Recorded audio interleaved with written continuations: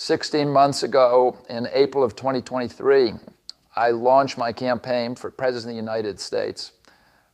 I began this journey as a Democrat, the party of my father, my uncle, a party which I pledged my own allegiance to long before I was old enough to vote. I attended my first Democratic convention at the age of 6 in 1960. And back then, the Democrats were the champions of the Constitution, of civil rights. A Democrat who stood against authoritarianism, against censorship, against colonialism, imperialism, and unjust wars. We were the party of labor, of the working class. The Democrats were the party of government transparency and the champion of the environment. Our party was the bulwark against big money interests and corporate power. True to its name, it was the party of democracy. As you know, I left that party in October because it had departed so dramatically from the core values that I grew up with. It had become the party of war, censorship, corruption, big pharma, big tech, big ag, and big money. When it abandoned democracy by canceling the primary to conceal the cognitive decline of the sitting president, I left the party to run as an independent. The mainstream of American politics and journalism derided my decision. Conventional wisdom said that it would be impossible even to get on the ballot as an independent because each state poses an insurmountable tangle of arbitrary rules for collecting signatures. I would need over 1 million signatures, something no presidential candidate in history had ever achieved. And then I'd need a team of attorneys and millions of dollars to handle all the legal challenges from the DNC. The naysayers told us that we were climbing a glass version of Mount Impossible. So the first thing I want to tell you is that we proved them wrong. We did it because beneath the radar of mainstream media organs, we inspired a massive independent political movement. More than 100,000 volunteers sprang into action, hopeful that they could reverse our nation's decline. Many worked 10-hour days, sometimes in blizzards and blazing heat. They sacrificed family time, personal commitments, and sleep month after month, energized by a shared vision of a nation yield of its divisions. They set up tables at churches and farmers' markets. They canvassed door to door. In Utah and in New Hampshire, volunteers collected signatures in snowstorms, convincing each supporter to stop in the frigid cold, to take off their gloves, and to sign legibly. During a heat wave in Nevada, I met a tall, athletic volunteer who cheerfully told me that he had lost 25 pounds collecting the signatures in 117-degree heat. To finance this effort, young Americans donated their lunch money, and senior citizens gave up part of their Social Security checks. Our 50-state organization collected those millions of signatures, and no presidential campaign in American political history has ever done that. And so I want to thank all of those dedicated volunteers and congratulate the campaign staff who coordinated this enormous logistical feat. Your accomplishments were regarded as impossible. You carried me up that glass mountain. You pulled off a miracle. You achieved what all the pundits said could never be done. You have my deepest gratitude, and I'm never going to forget that, not just for what you did for my campaign, but for the sacrifices you made because you love our country. You showed everyone that democracy is still possible here. It continues to survive in the press and in the idealistic human energies that still thrive beneath the canvas of neglect and of official and institutional corruption. Today, I'm here to tell you that I will not allow your efforts to go to waste. I'm here to tell you that I will leverage your tremendous accomplishments to serve the ideals that we share, the ideals of peace, of prosperity, of freedom, of health, all the ideals that motivated my campaign. I'm here today to describe the path forward that you have opened with your commitment and with your hard labors.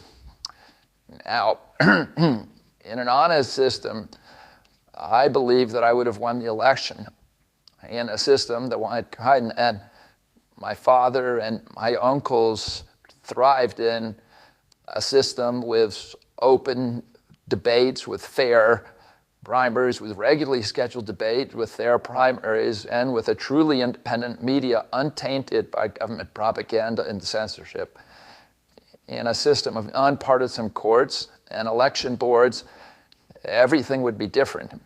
After all, the polls consistently showed me beating each of the other candidates, both in favorability and also in head-to-head matchups.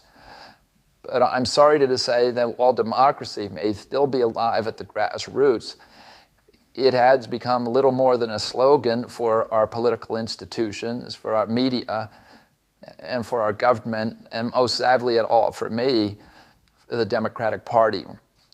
In the name of saving democracy, the Democratic Party set itself to dismantling it, lacking confidence in its candidate, that its candidate could win in a fair election at the voting booth. The DNC waged continual legal warfare against both President Trump and myself.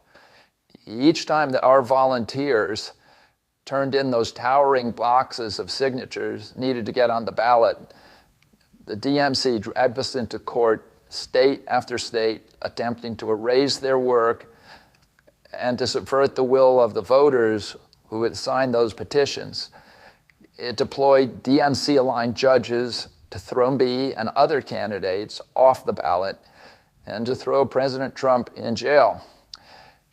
It ran a sham primary that was rigged to prevent any serious challenge to President Biden. Then, when a predictably bumbled debate performance precipitated the palace coup against President Biden, the same shadowy DNC operatives appointed his successor, also without an election.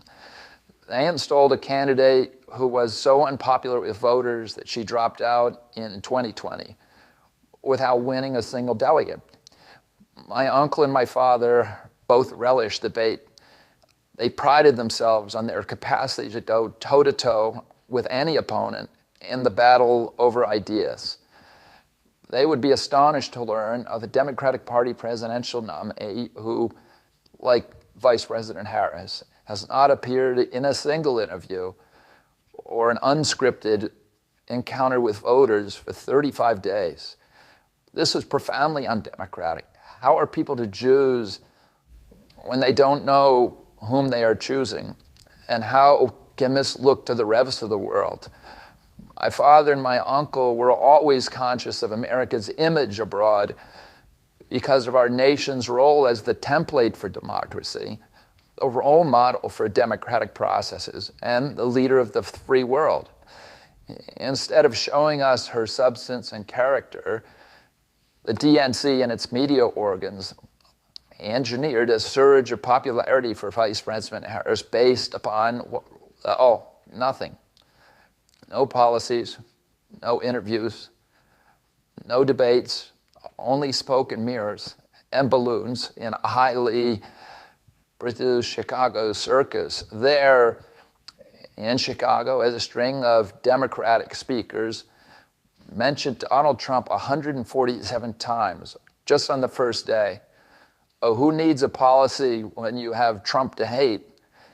In contrast, at the RNC convention, President Biden was mentioned only twice in 4 days. I do interviews every day. Many of you have interviewed me.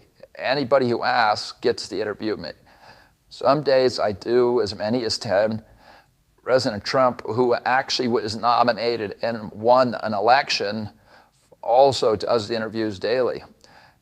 How did the Democratic Party choose a candidate that has never done an interview or debate during the entire election cycle? We know the answers. They did it by weaponizing the government agencies. They did it by abandoning democracy. They did it by suing the opposition and by disenfranchising American voters. What most alarms me is how the Democratic Party conducts its internal affairs or runs its candidates. What alarms me is the resort to censorship and media control and the weaponization of the federal agencies.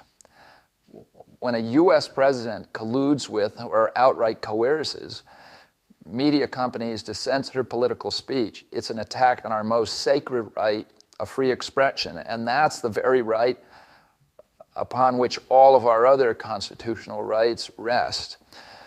President Biden mocked Vladimir Putin's 88% landslide in the Russian elections, observing that Putin and his party controlled the Russian press and that Putin prevented serious opponents from appearing on the ballot.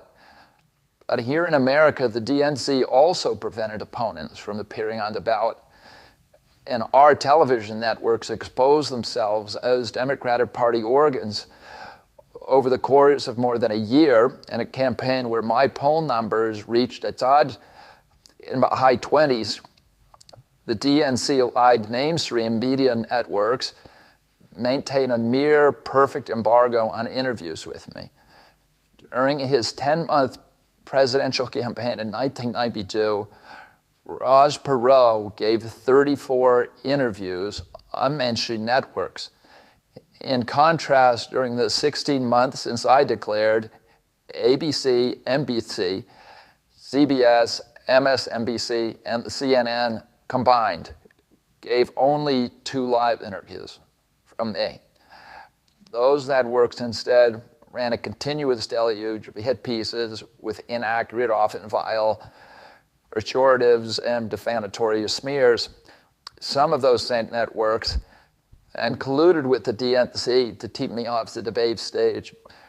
Representatives of those networks are in this room right now, and I'll just take a moment to ask you to consider the many ways that your institutions have abdicated this really sacred responsibility, the duty of a free press to safeguard democracy and to challenge always the party in power. Instead of maintaining that posture of fierce skepticism toward authority, your institutions have made themselves government mouthpieces and stenographers for the organs of power. You didn't alone cause the devolution of American democracy, but you could have prevented it. The Democratic Party's censorship of social media was even more of a naked exercise of executive power. This week, a federal judge, Terry Doughty, upheld my injunction against President Biden, calling the White House's censorship project, quote, the most egregious violation of the First Amendment in the history of the United States of America. Doughty's previous 155-page decision details how just 37 hours after he took the oath of office, swearing to uphold the Constitution, President Biden and his White House opened up a portal and then invited the CIA, the FBI, CISA, which is a censorship agency, it's the center of the censorship industrial complex, DHS, the IRS, and other agencies to censor me and other political dissidents on social media. Even today, users who try to post my campaign videos to Facebook or YouTube get messages that this content violates community standards. 2 days after Judge Doughty rendered his decision this week, Facebook was still attaching warning labels to an online petition calling on ABC to include me in the upcoming debate.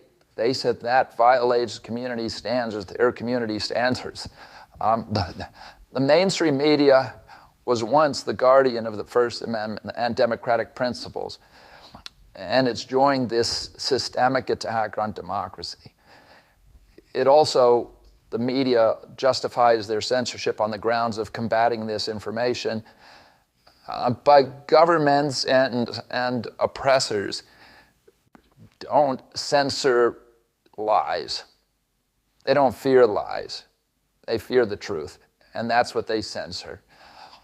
And I don't want any of this to sound like a personal complaint, because it's not.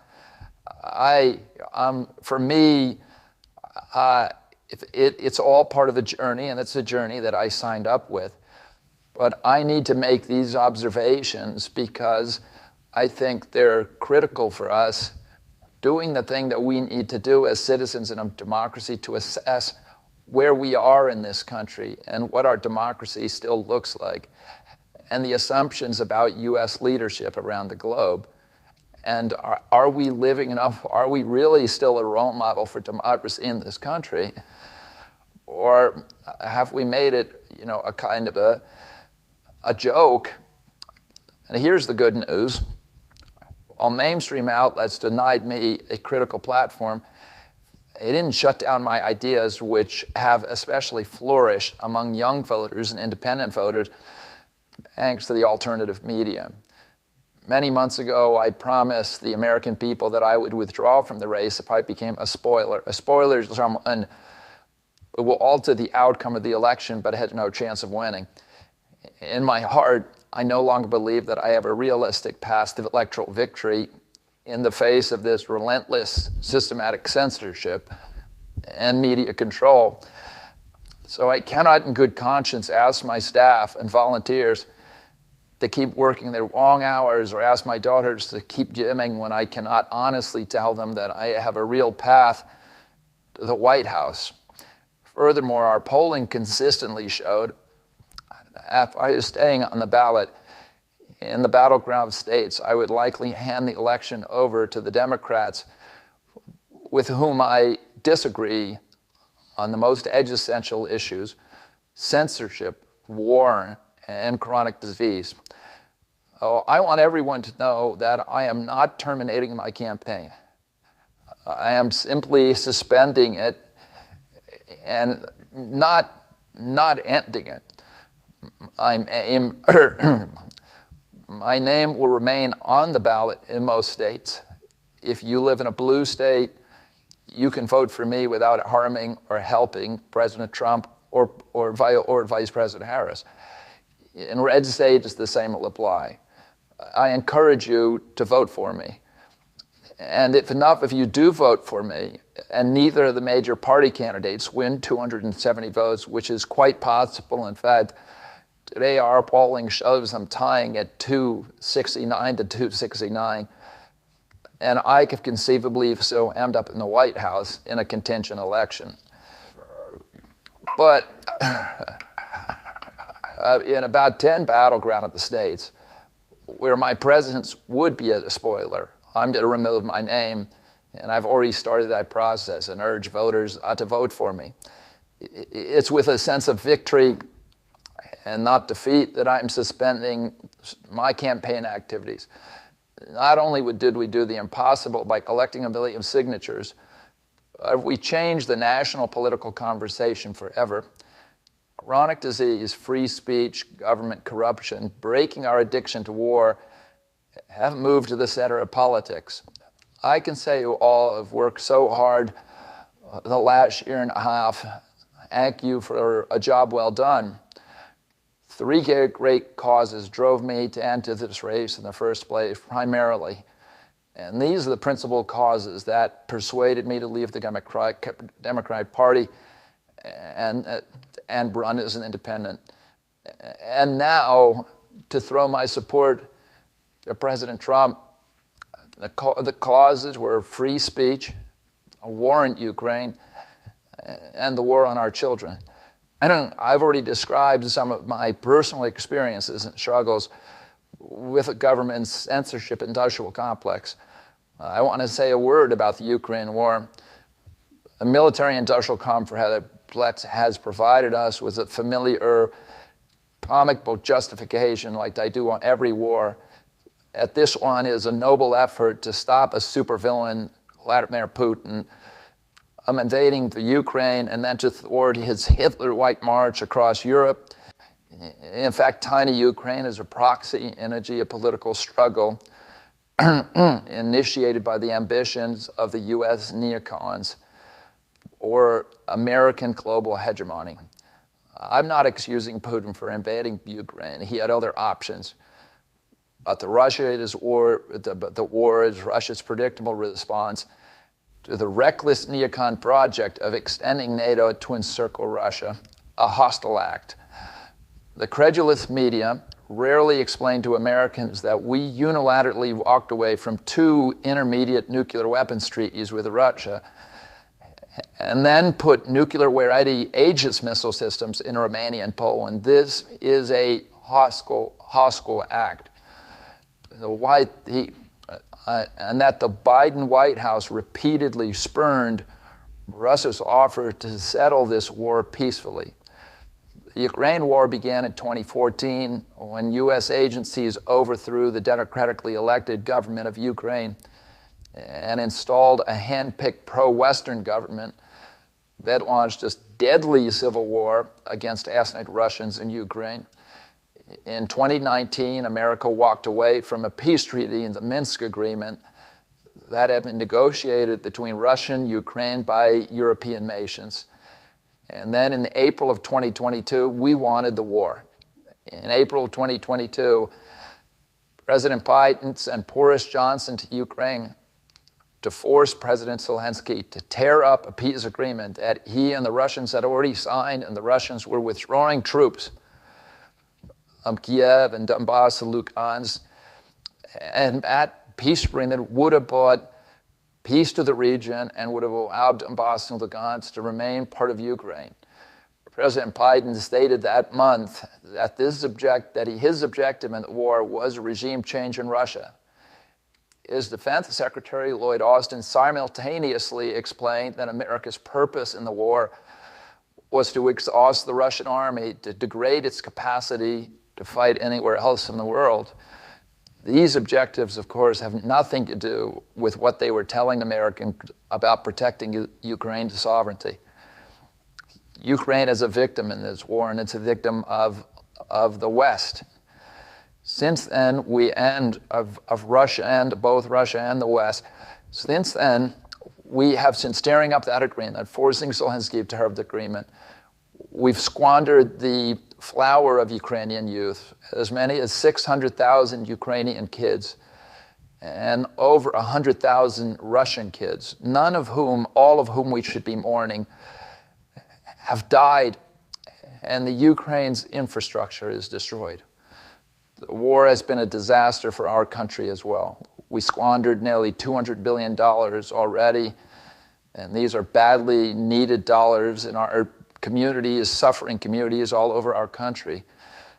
The Nord Stream pipeline sabotage and the sanctions have destroyed Europe's industrial base, which formed the bulwark of U.S. national security. A strong Germany with a strong industry is a much stronger deterrent to Russia, and a Germany that is deindustrialized and turned into just an extension of the U.S. military base.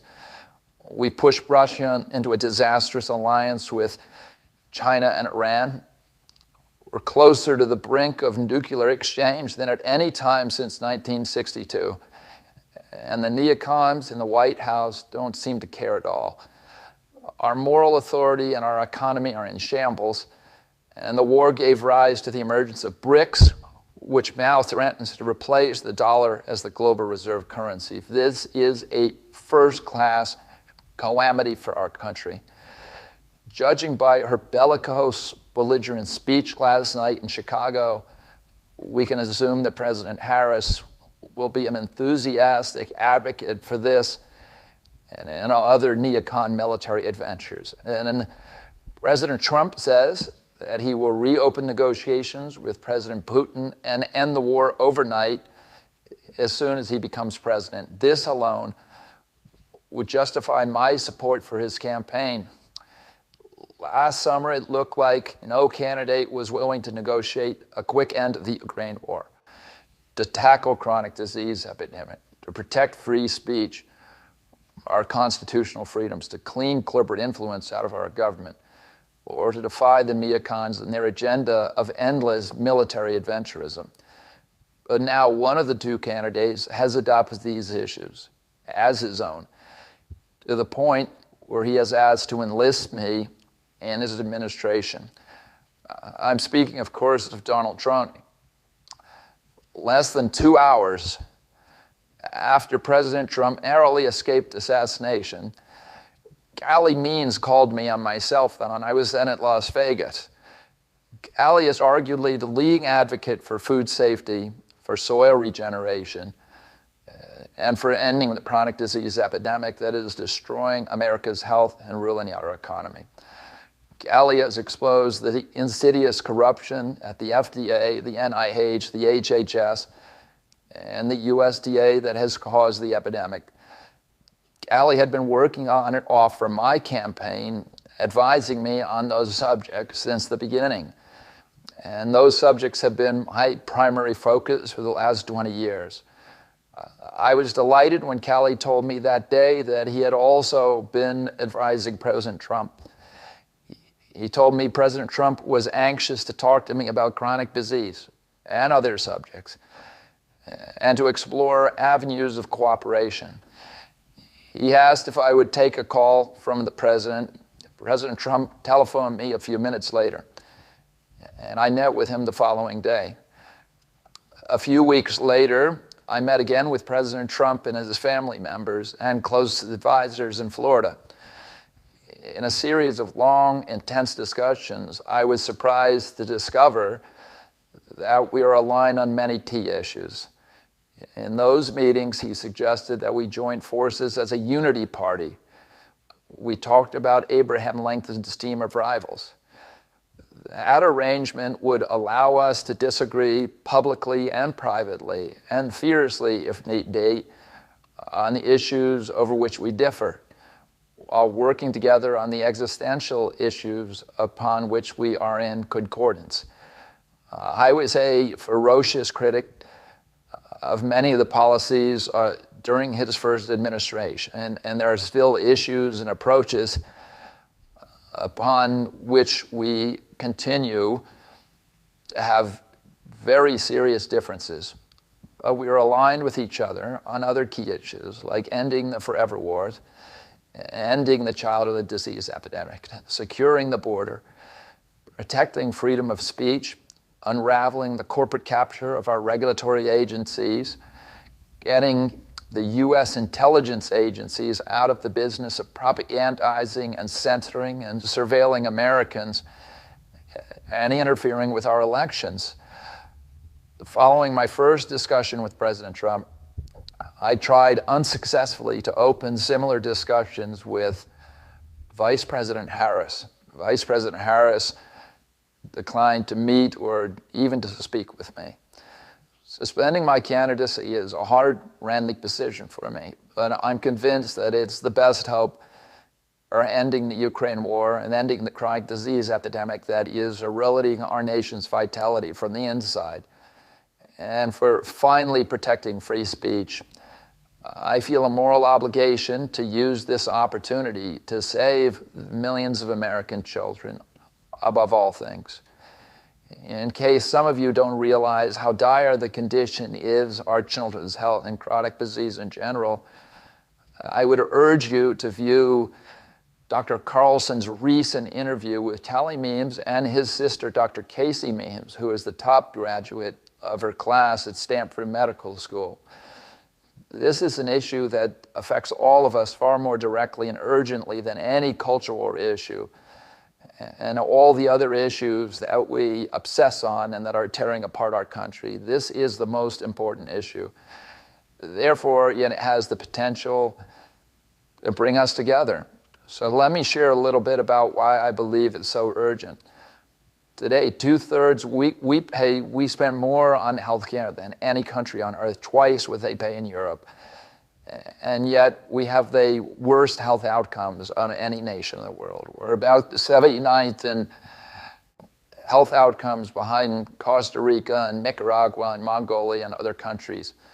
Nobody has a chronic disease burden like we have. And during the COVID epidemic, we had the highest body count of any country in the world. We had 16% of the COVID deaths, and we only have 4.2% of the world's population. And CDC says that's because we are the sickest people on earth. We have the highest chronic disease rate on earth. And the average American who died on COVID had 3.8 chronic diseases. So these were people who had immune system collapse, who had mitochondrial dysfunction. And no other country has anything like this. 2/3 of American adults and children suffer from chronic health issues. 50 years ago, that number was less than 1%. So we've gone from 1% to 66%. In America, 74% of Americans are now overweight or obese, and 50% of our children. 120 years ago, when somebody was obese, they were sent to the circus. There were case reports about them. Obesity was almost unknown. In Japan, the childhood obesity rate is 3% compared to 50% a year.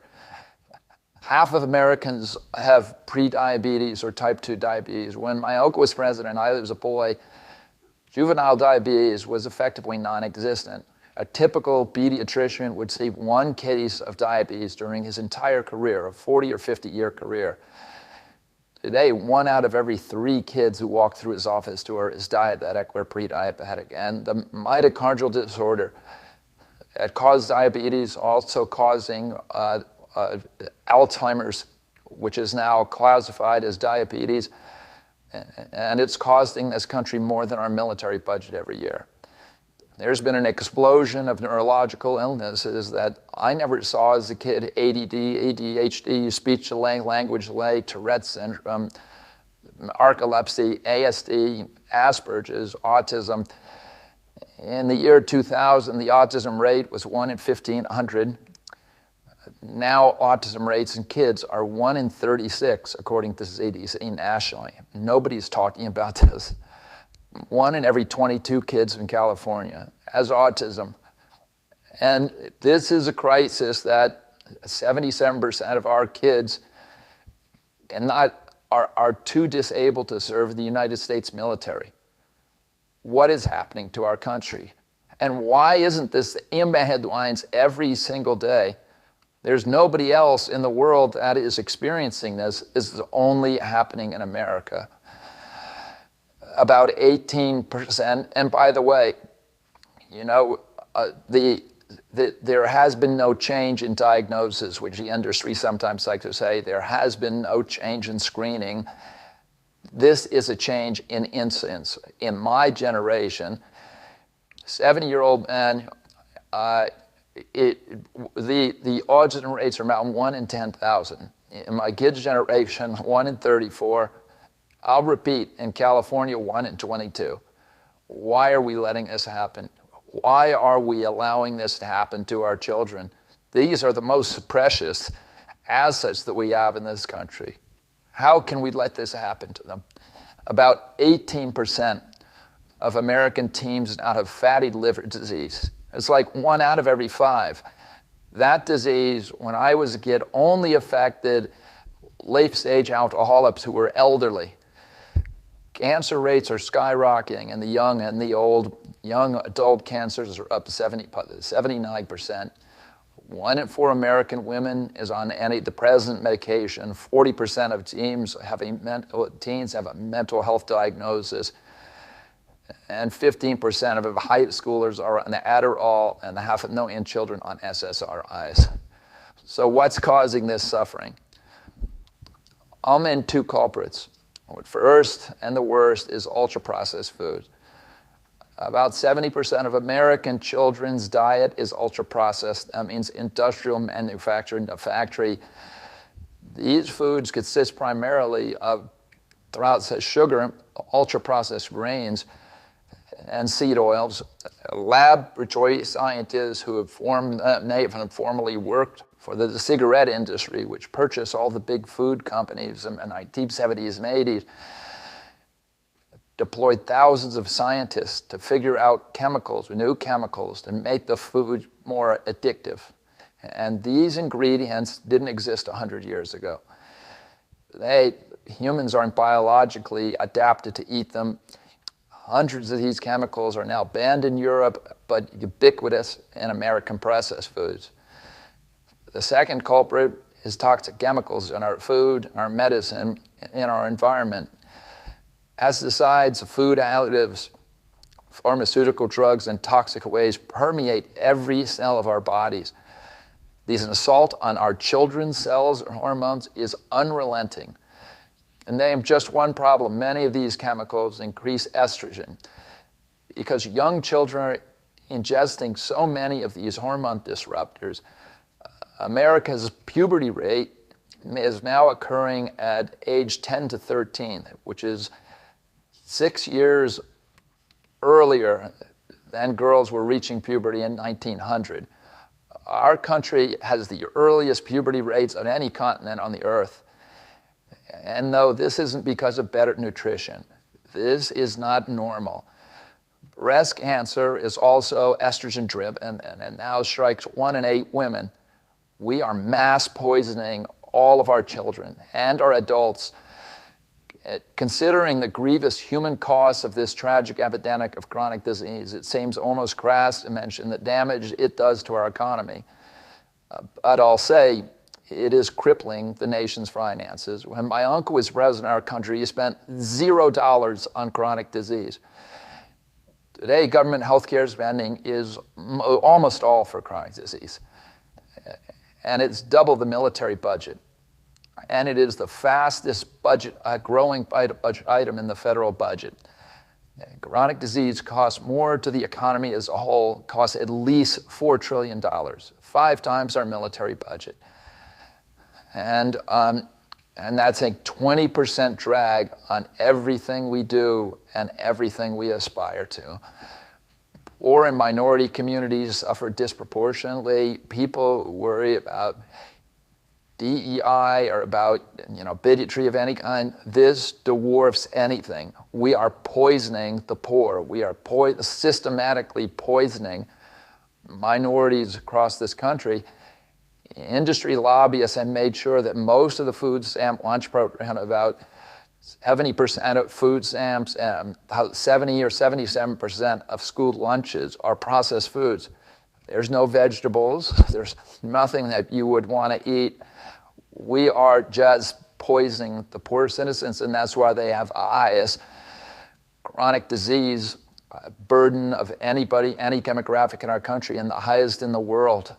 The same food industry lobbied to make sure that nearly all agricultural subsidies go to commodity crops that are the feedstock of processed food industry.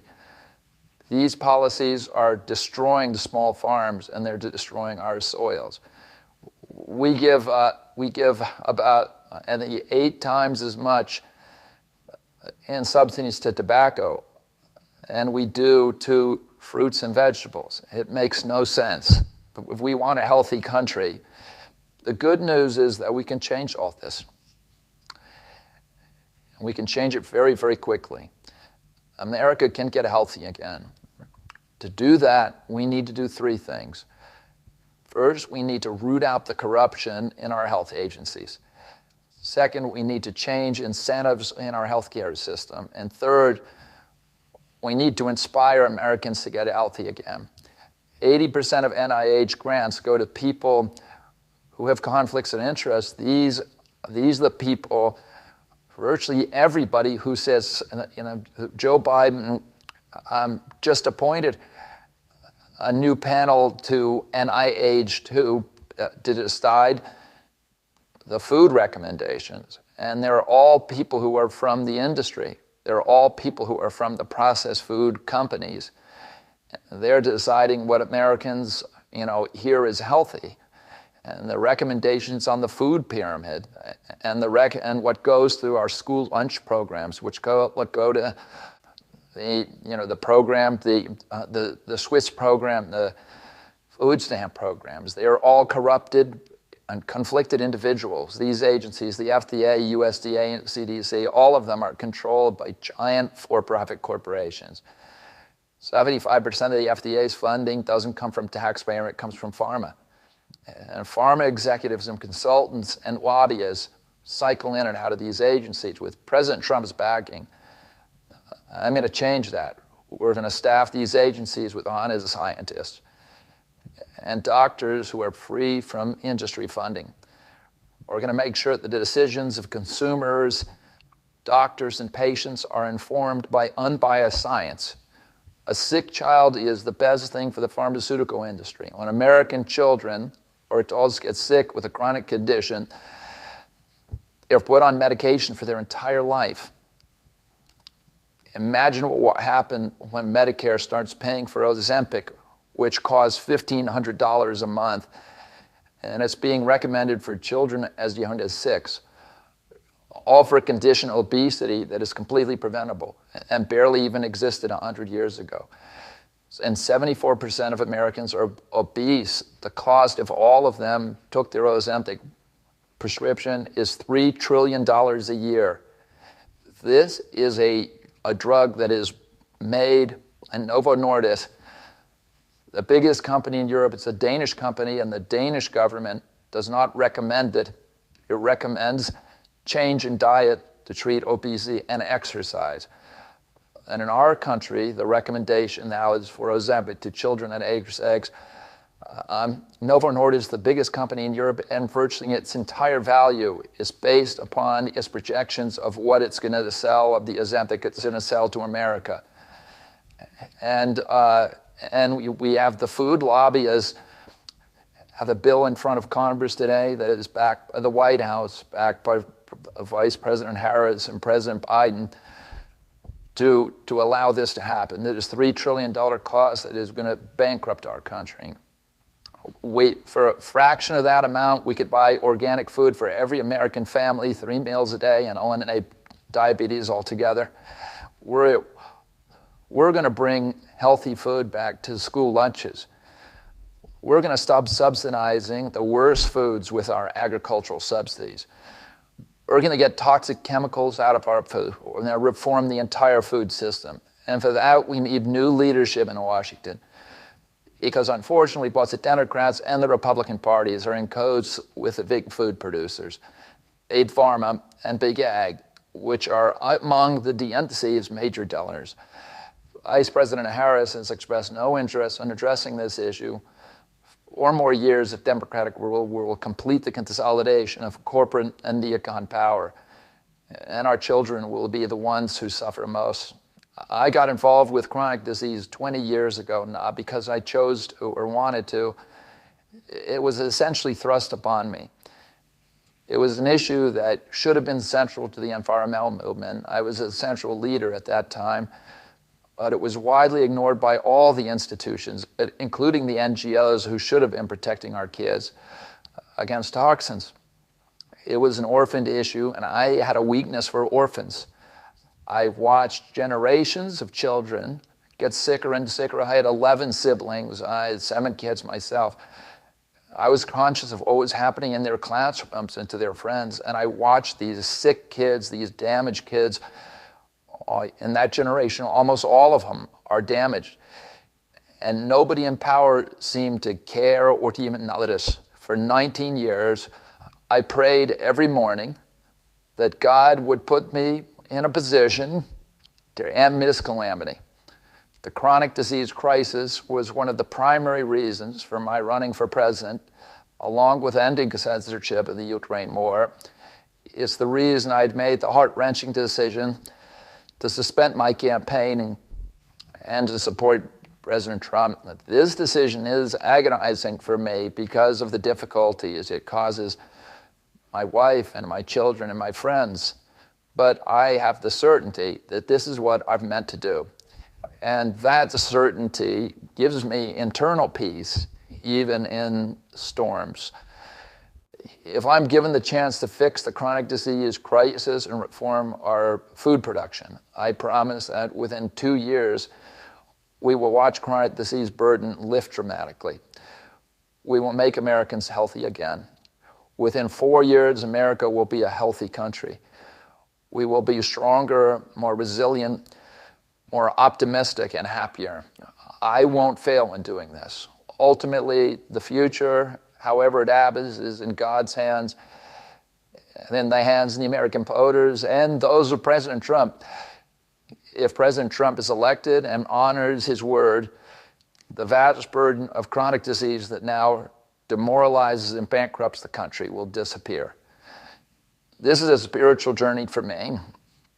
I reached my decision through deep prayer, through hard-nosed logic, and I asked myself, what choices must I make to maximize my chances to save America's children and restore national health? I felt that if I refused this opportunity, I would not be able to look myself in the mirror, knowing that I could have saved lives of countless children and reversed this country's chronic disease epidemic. I'm 70 years old, and they have a decade to be effective.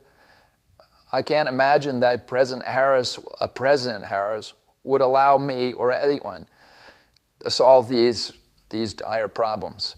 After 8 years of President Harris, any opportunity for me to fix the problem will be out of my reach forever.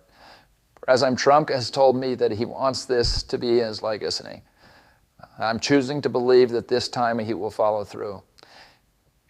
His son, his biggest donors, his closest friends, and all support this objective.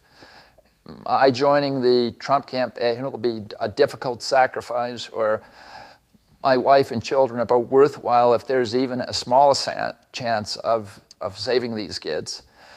Ultimately, the only thing that will save our country and our children is if we choose to love our kids more than we hate each other. That's why I launched my campaign to unify America. My dad and uncle made such an enduring mark on the character of our nation, not so much because of any particular policies that they promoted, but because they were able to inspire profound love for our country and to fortify our sense of ourselves as a national community held together by ideals.